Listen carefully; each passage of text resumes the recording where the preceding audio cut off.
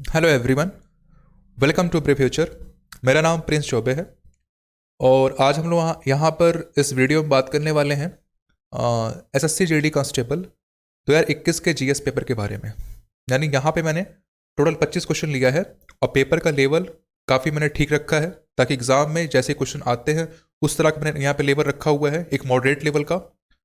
और जिन्होंने चैनल को अभी तक सब्सक्राइब नहीं किया है वो सब्सक्राइब कर लेंगे ताकि पर डे जो अपडेट है वीडियो का आप तक टाइम टू टाइम पहुंचता रहे। राइट, आइए सीधे आते हैं, स्क्रीन पे आते हैं और देखते हैं कि आज का जो क्वेश्चन फर्स्ट है वो क्या होने वाला है। Who among the following cricketers has become the first bowler to claim 500 wickets in T20 cricket. तो यहाँ पे T20 क्रिकेट में 500 विकेट लेने वाला पहला बॉलर कौन सा बना हुआ है, किसने ये रिकॉर्ड कायम किया है। तो यहाँ पे हमारे पास ऑप्शन क्या क्या है?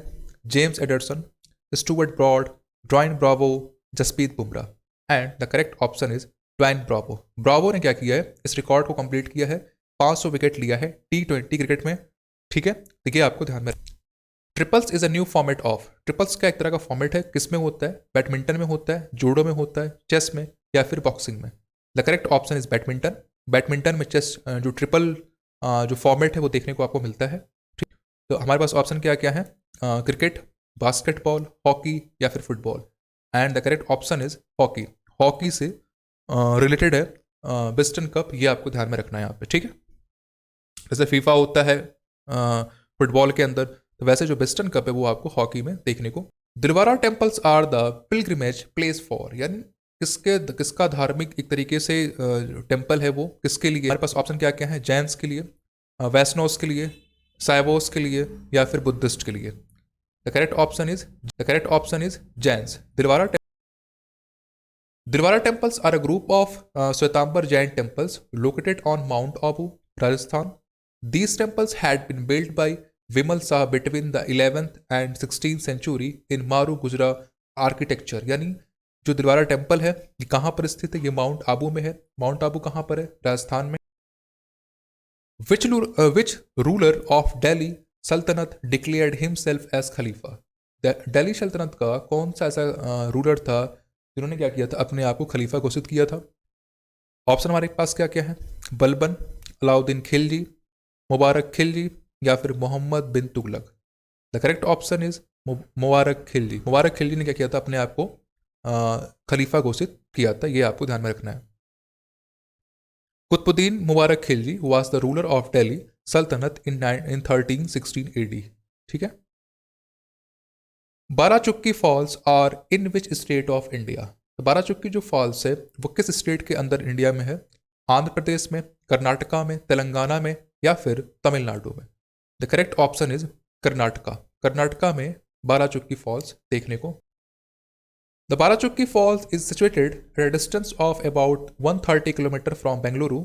This waterfalls is actually a part of the Shivanasamudra falls. ठीक है, सिवान समुद्र जो फॉल्स है उसका एक तरह से ये पार्ट है और ये कहाँ पे? कर्नाटका में, और लगभग 130 किलोमीटर क्या है, दूर है बेंगलुरु से। ठीक है, mushroom cultivation in Kashmir because of. जो मशरूम कल्टीवेशन है कश्मीर में काफ़ी सफलतापूर्वक किया जाता है, किस वजह से? कोल्ड क्लाइमेट की वजह से, प्रेजेंस ऑफ सुटेबल सॉइल की वजह से, या फिर mushroom cultivated as an intercrop to saffron, या फिर availability of mule dung and paddy straw.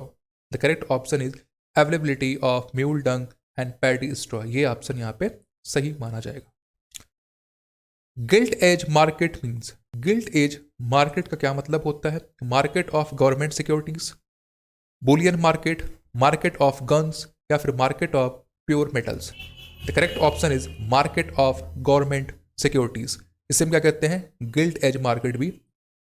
The name of the Laccadive Minicoy Amindivi islands was change to Lakshadweep by an act of parliament in. यानी जो लैकेटिव था, मिनिक्वाय था, अमिनदीवी था, ये जो आइलैंड इसको चेंज कर दिया गया किसमें? लक्षद्वीप में। पार्लियामेंट में कौन सा एक्ट लाया गया था उसके तहत? तो हमारे पास ऑप्शन क्या क्या है? 1970, 1971, 1972 या फिर 1973। The correct option is 1973। The correct option is 1970। The parliament can restrict or abrogate by law fundamental right with respect to. ठीक है, parliament can restrict or abrogate by law fundamental rights with respect to, option क्या क्या हमारे पास है, option हमारे पास है the member of the arm force, the force charge with the maintenance of public order, the persons employed in any bureau और other organisation established by the state for purpose of intelligence. इसका सारा answer सही होगा, यानी all of the above इसका। The preamble of our constitution provided that India is, जो preamble है हमारे संविधान का, वो उससे क्या बातें सामने निकल के आती हैं। हमारे पास चार ऑप्शन क्या क्या हैं, अ sovereign socialist secular democratic Republic, या फिर अ सॉवरेन सोशलिस्ट डेमोक्रेटिक रिपब्लिक, या फिर अ sovereign Republic with a socialist pattern of society, या फिर a socialist secular and democratic Republic. The correct option is a sovereign socialist secular and democratic Republic. ये हमारे कहाँ पर है, संविधान के अंदर देखने को मिलेगा। In which article of the Indian constitution has the joint sitting of the Lok Sabha and Rajya Sabha been provided, यानी जो ज्वाइंट सेटिंग का जो कंसेप्ट है लोकसभा और राज्यसभा का, वो भारतीय संविधान में किस आर्टिकल में दिया हुआ है, ये आपको यहाँ बताना है। हमारे पास ऑप्शन यानी आर्टिकल 101, आर्टिकल 108, आर्टिकल 133 या article 102। The correct option is article 108। Article 108 में ज्वाइंट सेटिंग का जो कंसेप्ट है वो दिया गया है, यानी यहाँ पे क्या होता है, जो प्रेसिडेंट हैं वो बुलाते हैं लोकसभा और राज्यसभा की मीटिंग कराने के लिए, लेकिन उसे जो कार्ड जो बुलाने का काम होता है वो करते हैं प्रेसिडेंट, लेकिन जो उसको अध्यक्षता जो करता है वो करता है लोकसभा, जो लोकसभा का जो स्पीकर होता है वो करता है। अगर लोकसभा का स्पीकर नहीं है तो जो डिप्टी स्पीकर होता है वो करेगा, अदरवाइज अगर वो भी नहीं है तो जो वाइस चेयरमैन होता है राज्यसभा का वो उसे अध्यक्षता उसी करता है, ज्वाइंट सेटिंग जो है उसका। तो ये कहाँ दिया, ये दिया आर्टिकल नंबर 108 में। बुलाता कौन है, बुलाता प्रेसिडेंट है इसको। Right to property according to the constitution of India is a, right to property जो है भारतीय संविधान के मुताबिक क्या है, किस तरह का चीज़ है, ये फंडामेंटल राइट्स है, या फिर डायरेक्टिव प्रिंसिपल है, या फिर लीगल राइट है, या फिर सोशल राइट है। The correct option is legal right, यानी पहले क्या था, right to property fundamental right था, बट इसको बाद में निकाल के लीगल राइट सिर्फ कर दिया गया है, इसको right to property. Which law officer shall have the right to speak to both a house of the parliament, यानी किस ऑफिसर को, लॉ ऑफिसर को दोनों हाउस में, चाहे लोकसभा हो चाहे राज्यसभा हो, दोनों में उसे बोलने का या बैठने का अधिकार होता है। तो यहाँ पे हमारे पास ऑप्शन क्या क्या है, सॉलिसिटर जनरल या अटॉर्नी जनरल या एडवोकेट जनरल या फिर legal adviser. The correct option is attorney general. Attorney general एक तरह से जो केंद्र सरकार होती है उसके वकील के, और साथ ही साथ ये जो दिया गया है वो आर्टिकल नंबर 76 में अटॉर्नी जनरल के बारे में दिया हुआ, ये भी आपको यहाँ पे ध्यान में रखना है, ठीक है। आयोनाइजिंग रेडिएशन, यानी इनमें से कौन सी ऐसी रे है जो इस कैटेगरी में बिलोंग नहीं करती है, एक्स रे, यूबी रे, अल्फा रे या फिर neutron. The correct option is UV ray. Dhanu Yatra is currently celebrated in which state, जो धनु यात्रा जो फेस्टिवल है वो कहाँ पे सेलिब्रेट किया जाता है, उड़ीसा के अंदर, तेलंगाना के अंदर, झारखंड के अंदर या फिर एमपी मध्य प्रदेश के अंदर। The correct option is Orissa, Orissa में देखने को मिलता है। Next, as of 2020 how many languages in India are given the status of classical language, यानी 2020 के मुताबिक कितने लैंग्वेज को इंडिया में क्लासिकल लैंग्वेज की जो दर्जा है वो दिया गया था, 4, 6, 8, 10। The correct option is 6।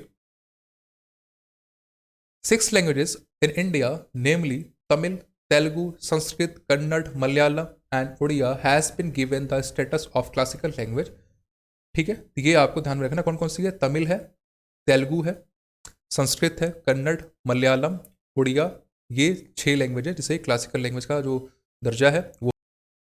उद्यान उत्सव is a famous Indian occasion that makes which place open for the general public for nearly a month, यानी कौन सा ऐसा प्लेस है जहाँ पे उद्यान उत्सव मनाया जाता है, और ये क्या होता है, वो प्लेस 1 महीने के लिए खुलता है। तो आपको एक आइडिया लग गया होगा हम किस बारे में बात कर रहे हैं यहाँ पे, क्या कहते रखा है, सीक्रेट बिल्डिंग या पार्लियामेंट हाउस या राष्ट्रपति भवन या फिर coronation park. The correct option is Rashtrapati Bhavan. The annual event called Udyan Utsav during which the Mughal gardens at Rashtrapati Bhavan will be opened for the general public was inaugurated by the Indian president। Ramnath Kovind, ये ध्यान में रखना है, ठीक है।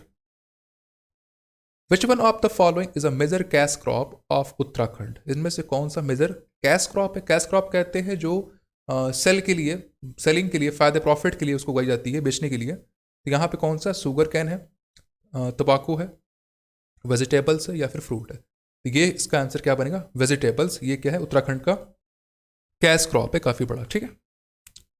What is the name of the new platform launch by Paytm for instant पे out by business? जो नया प्लेटफॉर्म लॉन्च किया गया है पेटीएम के द्वारा, वो कौन सा है? पेटीएम बिज, पेटीएम लिंक्स, पेटीएम इलाइट, या फिर Paytm corporate? The correct option is Paytm links. 73rd amendment of the constitution of India is related to the following. जो 73rd अमेंडमेंट हुआ था भारतीय संविधान के अंदर, वह किस चीज से जुड़ा हुआ है? 1972 के अंदर, ये 1992 के अंदर ये जुड़ा है टाउनशिप से, पंचायत से, म्यूनसिपैलिटी से, या फिर डिस्ट्रिक्ट बोर्ड से? The correct option is panchayat. 73rd जो अमेंडमेंट है वो जुड़ा हुआ है पंचायत से, और जो 74th है वो जुड़ा है म्यूनसिपैलिटी से। आपको दोनों बातें ध्यान में रखनी है, काफी इंपॉर्टेंट क्वेश्चन आप एग्जाम के लिए है। 73rd constitution amendment 1992 provided the present shape of the Panchayati Raj system, ठीक है। Now, the Panchayati Raj institutions in most of the state have been set up at 3 levels: village, intermediate and district level. ज़्यादातर अभी जो state में जो पंचायती राज system किस तरह से है? 3 लेवल पे है, विलेज पे है, इंटरमीडिएट है और डिस्ट्रिक्ट लेवल पे है। But in similar state having a population of less than 20 lakh there are only 2 tiers, यानी जो यहाँ पे पॉपुलेशन क्या है 20 लाख से कम है, वहाँ पे सिर्फ 2 ही स्टेट होता है। कौन कौन सा होता है? विलेज लेवल पे होता है और डिस्ट्रिक्ट लेवल पे होता है। Who is the chief executive head of the? Chief minister को, गवर्नर को, प्रेसिडेंट को, या फिर none of the above? The correct option is governor.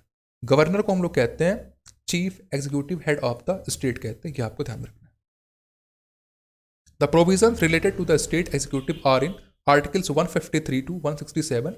The state executive is made up of governor, chief minister, council of minister and advocate general, ठीक है।